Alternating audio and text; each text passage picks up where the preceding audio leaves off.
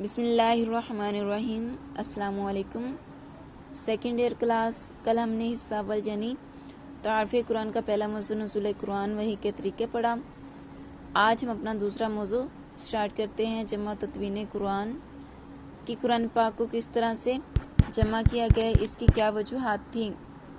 تو dear students, قرآن مجید پیارے آقا کریم صلی اللہ تعالی علیہ وسلم پر نہ تو یک بار کی نازل ہوا تھا اور نہ ہی تحریری شکل میں، بلکہ آیات اور زبانی تلاوت کی صورت میں نازل ہوا تھا کہ حضرت جبرائیل علیہ السلام آیات لے آتے اور سناتے۔ چنانچہ اس کو کتابی شکل میں آنے تک 3-4 مراحل سے گزرنا پڑا، جنہیں جمع و تدوین کے ادوار کہا جاتا ہے۔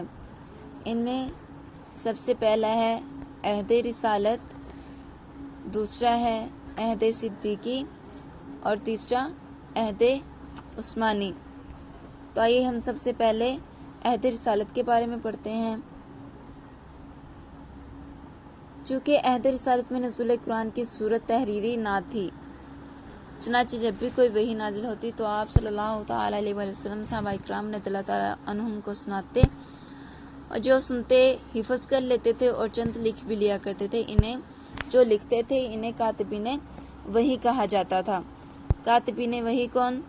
کتاب اللہ کی کتابت کے لیے آپ صلی اللہ تعالی علیہ وآلہ وسلم نے 26 اور بعض روایات میں آتا ہے کہ 40 کاتبین وحی مقرر کر رکھے تھے، جن میں 4 خلفائے اربعہ کے علاوہ حضرت زید بن ثابت رضی اللہ تعالیٰ عنہ، حضرت ابی بن کعب رضی اللہ تعالیٰ عنہ، حضرت زبیر رضی اللہ تعالیٰ عنہ، حضرت معاویہ اور حضرت عمر بن عاص رضی اللہ تعالیٰ عنہ کے نام مشہور ہیں۔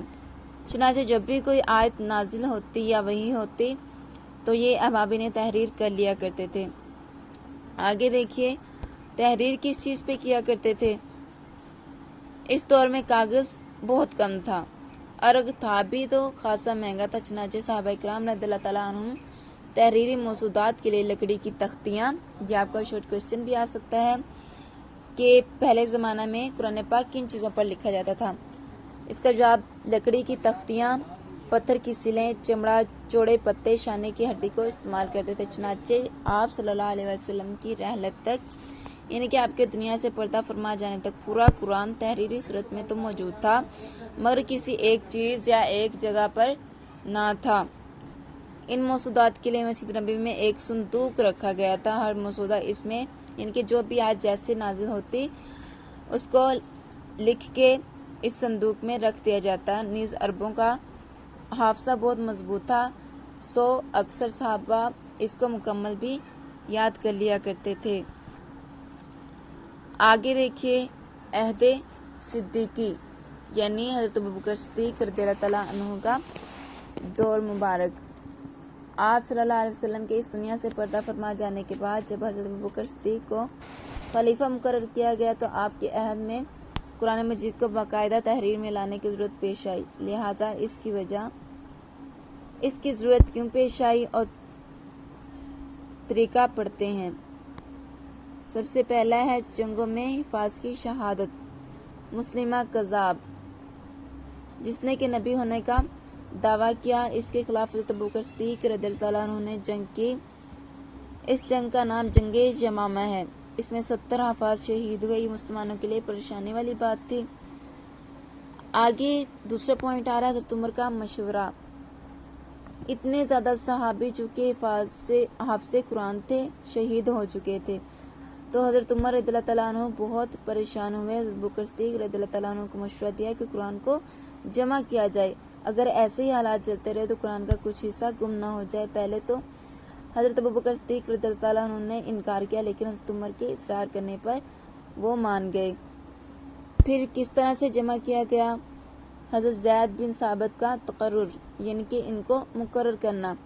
حضرت زید بن ثابت کا کاتب وحی بھی تھے، یعنی کہ وحی کو لکھنے والے بھی تھے، قرآن کے حافظ بھی تھے، قوی تھے، یعنی کہ طاقتور مضبوط تھے، ذہین نوجوان بھی تھے۔ ان کی قرات قریشی تھی، ان کے قرآن پڑھنے کا انداز ان کا قریشی تھا، لہٰذا ابوبکر نے ان کو اس کام کے لیے منتخب فرمایا۔ پھر حضرت عمر نے زید کو بلایا اور ان کو حکم دیا کہ قرآن پاک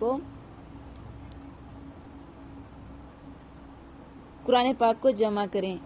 پہلے تو حضرت زید نے ہچکچاہٹ محسوس کی، لیکن پھر وہ بھی مان گئے۔ زید کا قول ہے کہ اگر جمع قرآن کی بجائے پہاڑ کو دوسری جگہ پر منتقل کرنے کا حکم ہوتا تو میں اسے آسان سمجھتا۔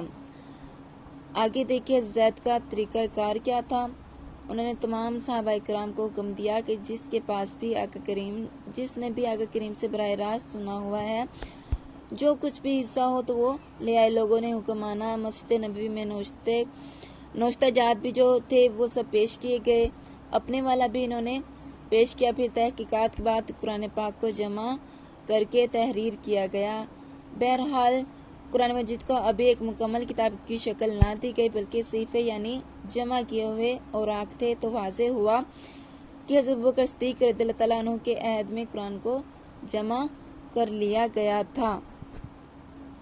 آگے دیکھیے عہد عثمانی یعنی کہ حضرت عثمان رضی اللہ تعالیٰ عنہ کا دور۔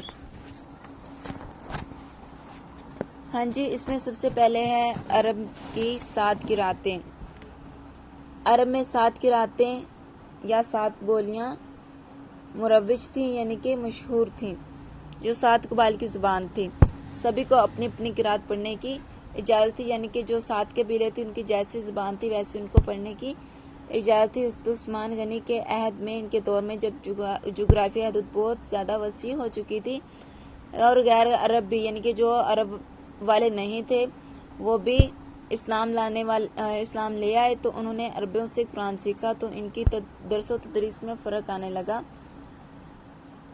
چنانچہ یہ فرق آنے والے دنوں میں پریشانی کا باعث ہو سکتا تھا، اور انہی دنوں حضرت حذیفہ رضی اللہ تعالیٰ عنہ عراق و ایران کی شمالی سرحدوں پر جہاد کی غرض سے آئے ہوئے تھے۔ چنانچہ آپ رضی اللہ تعالیٰ عنہ نے اجمی لوگوں کو مختلف قراتوں میں پڑھتے اور آپس میں اختلاف کرتے دیکھا، یعنی کہ اگر کوئی پڑھ رہا ہوتا وہ دوسرے کو پڑھتے دیکھتا تو وہ کہتا کہ تم غلط پڑھ رہے ہو، اور وہ کہتا کہ تم غلط پڑھ رہے ہو۔ اس طرح ان میں اختلاف ہوا، تو آپ نے جب یہ دیکھا تو آپ حج کی غرض سے واپس چلے گئے، تو حضرت عثمان غنی کو اس کی اطلاع دی اور ان کو مشورہ دیا کہ اس کی اصلاح کریں، یعنی کہ اس اختلاف کو ختم کریں۔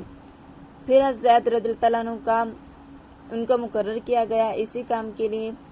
حضرت عثمان غنی نے حضرت زید بن ثابت کے ساتھ چند صحابہ کا ایک بورڈ تشکیل دیا۔ حضرت حفصہ کے گھر سے مصحف صدیقی یعنی کہ حضرت ابو بکر صدیق رضی اللہ تعالیٰ عنہ کا جو مصحف تھا منگوا کر دیا اور حکم دیا کہ اس کی نقلیں تیار کریں۔ تو جب اس کی نقلیں تیار ہو گئیں تو اسی طرح باقی ہر صوبے میں منتقل کر دی گئیں اور ایک مصحف کو مرکز میں محفوظ کر لیا گیا۔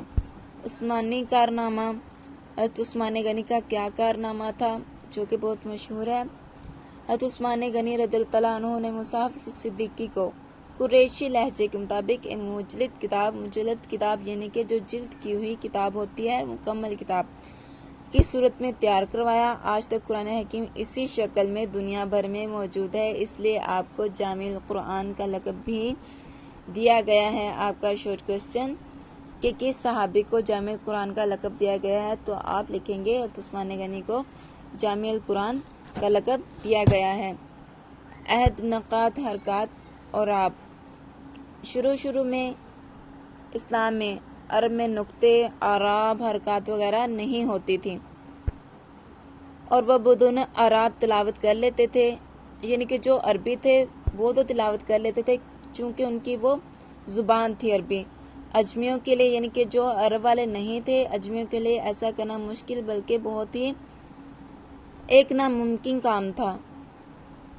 چنانچہ 50 ہجری کے بعد حضرت علی کے شاگرد ابو الاسود ولی پھر ان کے شاگرد نے یہ کام کیا، اور بعض کہتے ہیں کہ حجاج بن یوسف نے اس کام کو پایہ تکمیل تک پہنچایا، اور اسی طرح یہ مکمل ہوا قرآن پاک، اور پھر نسل در نسل ہمارے پاس پہنچا۔